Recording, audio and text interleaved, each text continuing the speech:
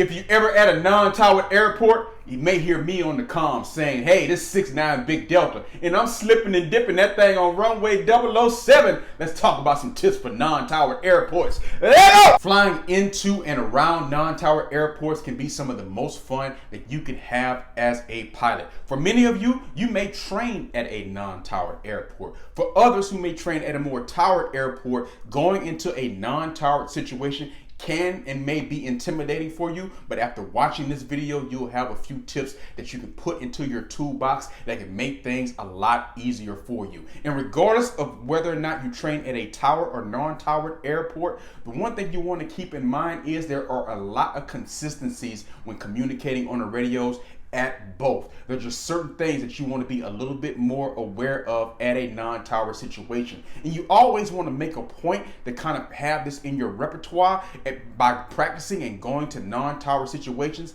as much as possible. So that way, whenever you do come across a non-tower situation, you don't feel intimidated, or at least you feel less intimidated and more comfortable with the situation. Let's get into these tips right now that can help you in a non-tower situation. Let's go! The number one tip that can help you in a non-tower situation, in the first couple of these tips, you're going to notice a certain trend about them. There are things that you can do while on the ground that's going to help you before you even enter a non-tower situation. And the first one is you want to confirm that you're on the appropriate frequency.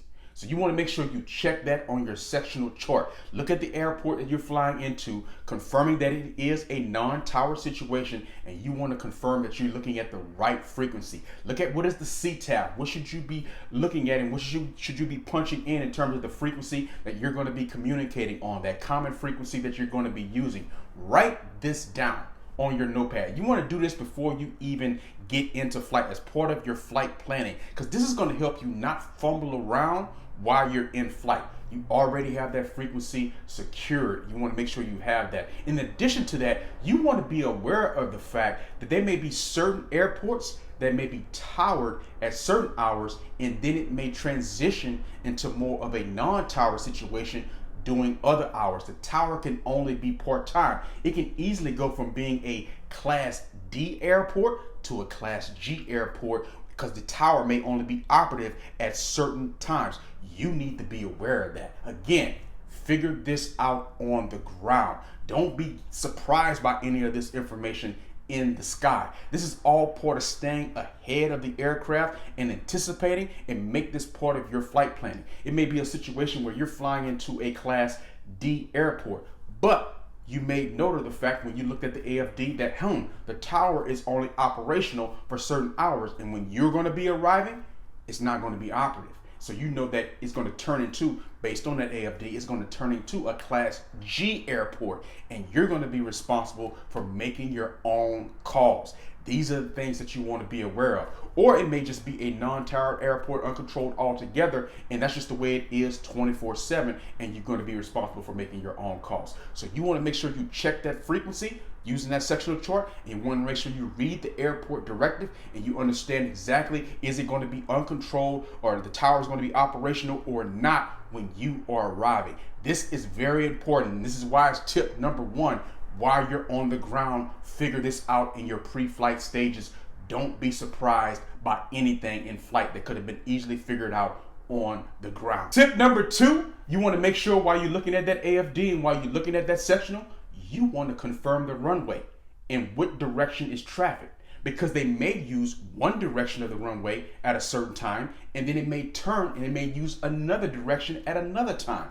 All these notations will be noted, and this is why you need to be aware of this. Is it right traffic? Is it left traffic? Which runway are they operating off?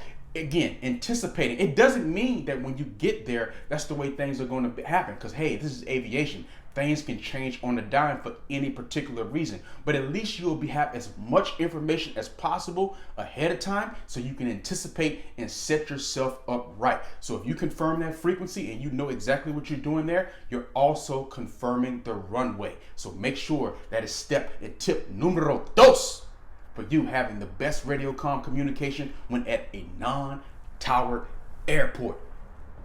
Bonus tip when you're thinking about the runway. Think about which direction are you going to be coming from.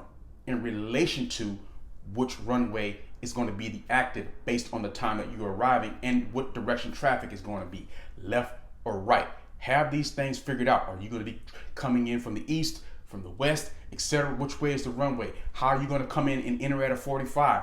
All these kinds of things. Again, you can do all of this on the ground. The more you do on the ground in any particular aviation situation, the better it's going to be in flight. Numero tres are some of the best tips for radio comms at non-towered airports. You want to make it a point and a habit and be disciplined about this to say the name of the airport and airfield at the beginning and the end of every radio call you make. This is critical and incredibly important, and I'll tell you why. Understanding the why something is important would convince you to try to do it as much as possible in every radio call that you make. The reason why this is important, remember tip number 1, we checked the common frequency. We understood which frequency we were on. And let's just say that common, that CTAF for the airport that you're flying in, say the name of the airport is Butt Naked Airport. You're flying in the Butt Naked Airport and that common CTAF frequency is 122.6. Okay, you got your frequency, 122.6. But if you look at that sectional chart, look at the surrounding areas. You may very well see that same 122.6 used at a CTAF at another nearby airport. And it may be just spread throughout the sectional all over the place. That same 122.6 frequency that you're going to be using at Butt Naked Airport. This is why you want to make it a point to start every radio call by saying exactly where you are and end every radio call saying exactly where you are. Remember, those common CTAF frequencies are just that. They're common. And they can be noted at various nearby airports on your sectional, not just the airport you're going in. This is why it's important that you always state your locale on the radios, and you start every radio call with that and you end every radio call with that, so people know exactly where you are and where you're going if they frequencies happen to bleed over or they hear you at another area because you're on that 122.6 frequency that may be common for another nearby airport. Let's just say you were flying into Butt Naked Airport and it had the common frequency of 122.6 and you've got it plugged in, you ready to go, you're 10 miles out. Butt Naked traffic, this is 69 Big Delta, 10 miles east in and right traffic for runway 22, Butt Naked traffic.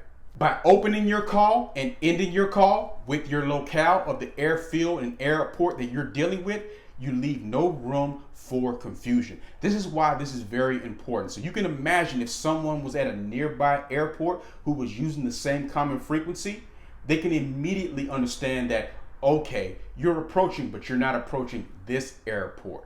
You're approaching Butt Naked Airfield and Butt Naked Airport. They're the ones that have to be aware of where is 69 Big Delta. He's 10 miles east of that thing. And what does he plan on doing? Right traffic, runway 22. Tip numero cuatro. You want to remain as concise as possible on the radios, just like you would when you're at a towered airport. But it also becomes even more imperative when you're at a non-towered airport that you provide a little bit more detail and you definitely make it clear what your intentions are. This is very key to being successful at radio comms at a non-towered situation. For example, in that prior radio call we just reviewed, I didn't just say I was 10 miles east and left it at that. I stated my intentions of that I was going to make a right traffic for runway 22.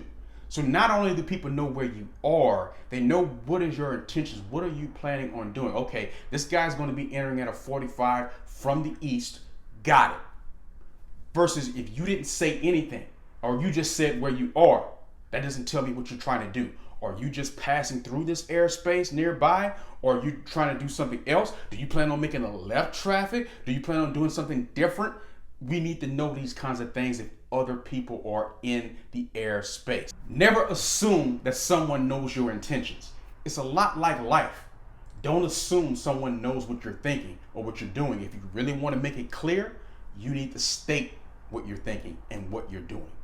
Communicating in aviation is a lot like communicating in life. You don't leave any room for error because you want to make the communication nice and smooth and key and be direct, concise, but also state your intentions.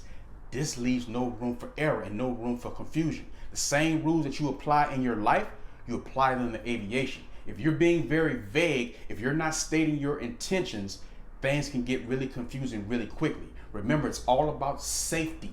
Everything that you do on the comms, even in tower situations, is all about safety. And it's even more so when you're in a non-tower situation, because you have to be even more responsible for the communication and making it smooth. State your intentions and try to be as detailed but concise as possible while on those radios. Tip number 5 for radio comms at a non-tower airport. It's always best to make more frequent calls than to not make enough calls. If you started our initial radio call and we were 10 miles east of the airport, but let's just say we got lax on radio comms and then we didn't make another call until we were already, let's just say, on upwind. That's not good. Letting people know that you're 5 miles out or that you're entering at a 45 to what's happening, those kinds of things can be very, very critical. Don't just make one call and think that one call is going to suffice for an extended period of time in a non-towered situation. And the reason why this is very important, because you don't know who else may just have gotten onto the frequency. They didn't hear your initial call that you made several minutes ago, but they can hear the one that you made now. For example, let's just say you're planning on doing straight in a non-tower situation and you made the radio call a while back as you were approaching. Okay, fine, but you didn't make it a habit to make more frequent calls as you were getting closer. So let's just say there was someone on the ground. They just keyed up. They're getting ready to taxi. So they weren't on the frequency when they heard your initial call that you were approaching straight in. But they've taxied to the runway and they're getting ready to set everything up so they can take off. And then all of a sudden they hear that you're on short and final, or they see that you're on short and final. But if you make it a point to make more frequent calls as you're approaching and as you're getting closer, then you're making people aware who maybe weren't on the frequency earlier and did not hear you. So always make it a point. Don't get lax. Don't feel that you can only make one call and then that's the end of it. Let people know where you are as your locale changes, as of course others are coming into the situation. Never assume that, oh, you were on the frequency, you didn't hear anyone else, so you didn't feel a need to make any more calls. That person can be on the ground getting ready to set up and getting ready to take off. That's why they're not making any calls yet. And then all of a sudden, you're on top of each other. So those are the kinds of things that you want to be aware of. Remember, in a towered situation, one of the many responsibilities of air traffic control is that two things. One, they know where everyone is. They're looking at their board, everything's going, they know where everyone is, and they also can help with spacing. But in a non-tower situation, you're responsible for both. You're responsible for knowing where everyone is, and you're responsible for spacing.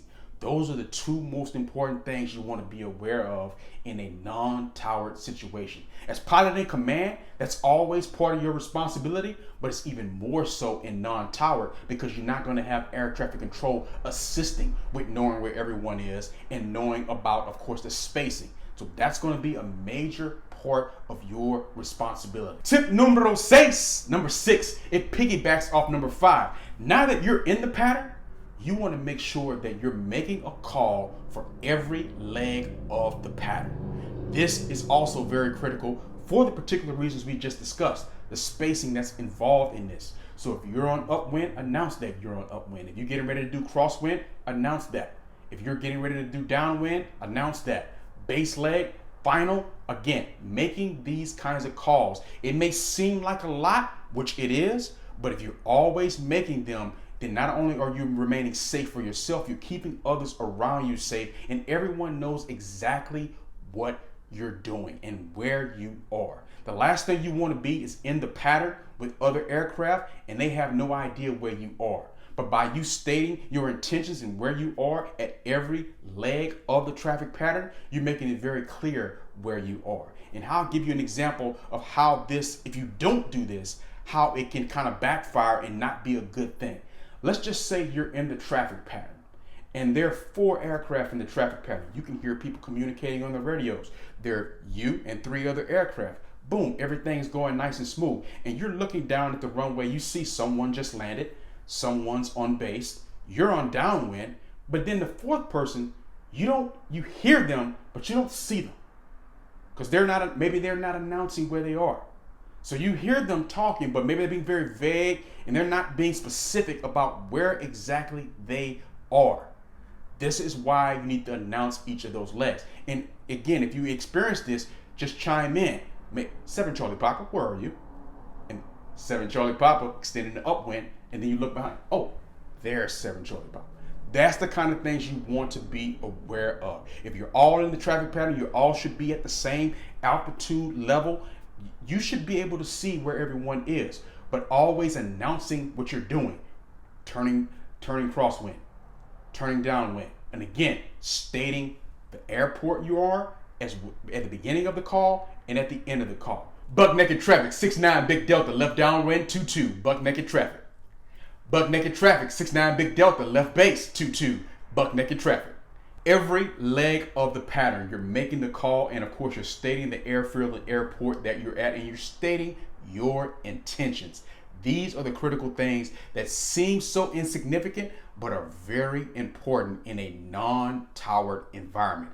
Always make sure you let people know who you are, where you are, and what your intentions are. Leg up. Tip number 7, it goes back to situational awareness and spacing. Other examples of why this is important.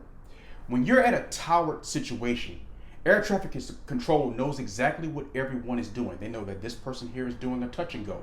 This person here is doing a full stop, etc. So they can dictate the appropriate spacing that's needed for all the aircraft in the area to make sure everything runs smooth.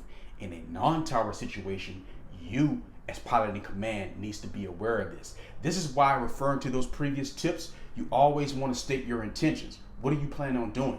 Are you planning on doing a touch and go? Are you planning on doing a full stop? Are you planning on doing something else? Because some things you're going to need more time and spacing than others. If you know that the aircraft in front of you is going to be doing something that's going to require more spacing, then you need to make sure that you give it to them.